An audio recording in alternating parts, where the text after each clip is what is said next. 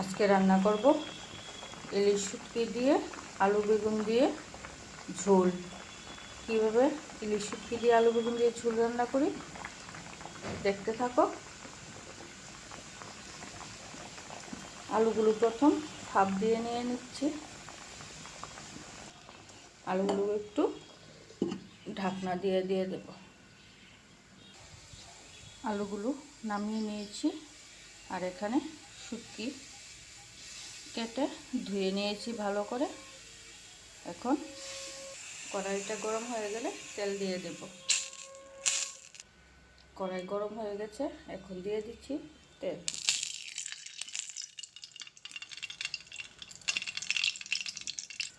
দিয়ে দিচ্ছি লবণ, দিয়ে দিচ্ছি হলুদ গুঁড়ো, দিয়ে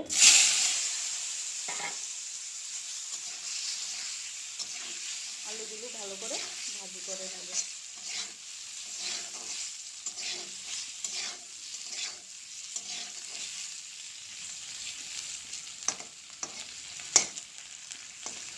কারা কারা এরকমভাবে শুটকি তরকারি ইলিশ শুটকি তরকারি খেয়েছো অবশ্যই কমেন্ট করে জানাবে। আর যারা খাওনি তারা একবার এভাবে বানিয়ে খেয়ে দেখবে, ভীষণ টেস্টি লাগে।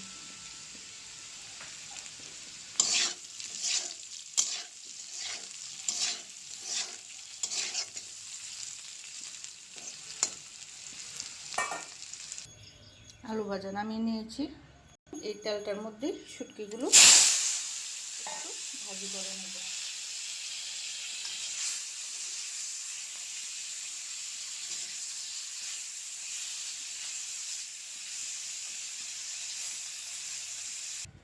শুটকি ভাজাগুলো নামিয়ে নিয়েছি।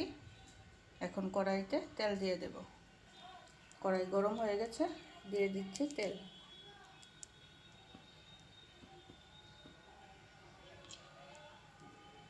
তেলটা একটু গরম হয়ে যাক।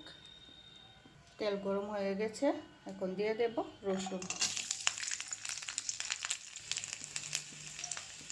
আলু বেগুন দিয়ে ইলিশ শুটকি দিয়ে রান্না করলে রসুন সম্বার দিয়ে খেতে ভীষণ ভালো লাগে। দিয়ে দিলাম রসুন। এখন দিয়ে দেব কাঁচামরিচ বাটা।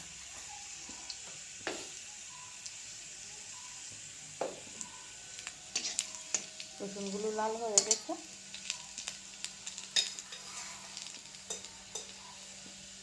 এই যে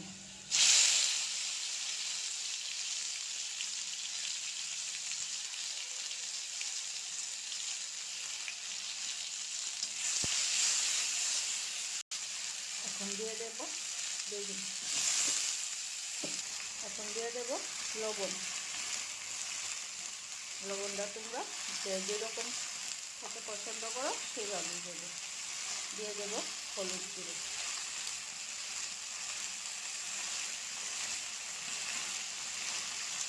তার সাথে দেব অল্প করে একটু ধনিয়া গুঁড়ো, দিয়ে অল্প একটু ঢাকনা দিয়ে দেব। ঢাকনা উঠিয়ে দেখি কীরকম হয়েছে। এই যে আমার বেগুন একদম নরম হয়ে গেছে।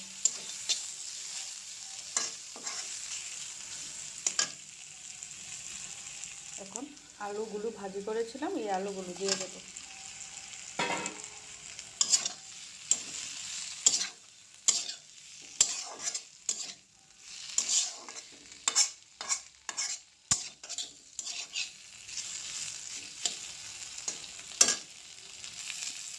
এখন দিয়ে দেব জল।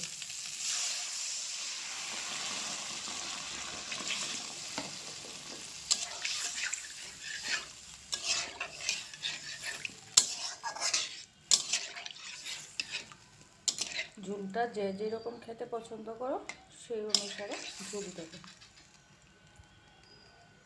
এখন একটু ভালো করে বলক উঠিয়ে নেব। ভালো করে বলক উঠে গেছে, আমার আলুও সিদ্ধ হয়ে গেছে, এই যে বেগুনও সিদ্ধ হয়ে গেছে।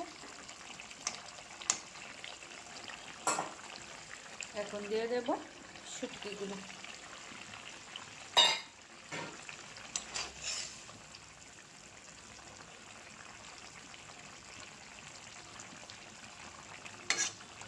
এই যে আমার তরকারি কমপ্লিট। নামিয়ে নিই, নামিয়ে দেখাচ্ছি। এই যে আমার শুটকি তরকারি কমপ্লিট। কীরকম হয়েছে অবশ্যই কমেন্ট করে জানাবে। আর এরকম নতুনত্ব ভিডিও দেখতে চাইলে অবশ্যই ফলো করে রাখবে। আর ভিডিওগুলো ভালো লাগলে অবশ্যই লাইক কমেন্ট শেয়ার করে দেবে।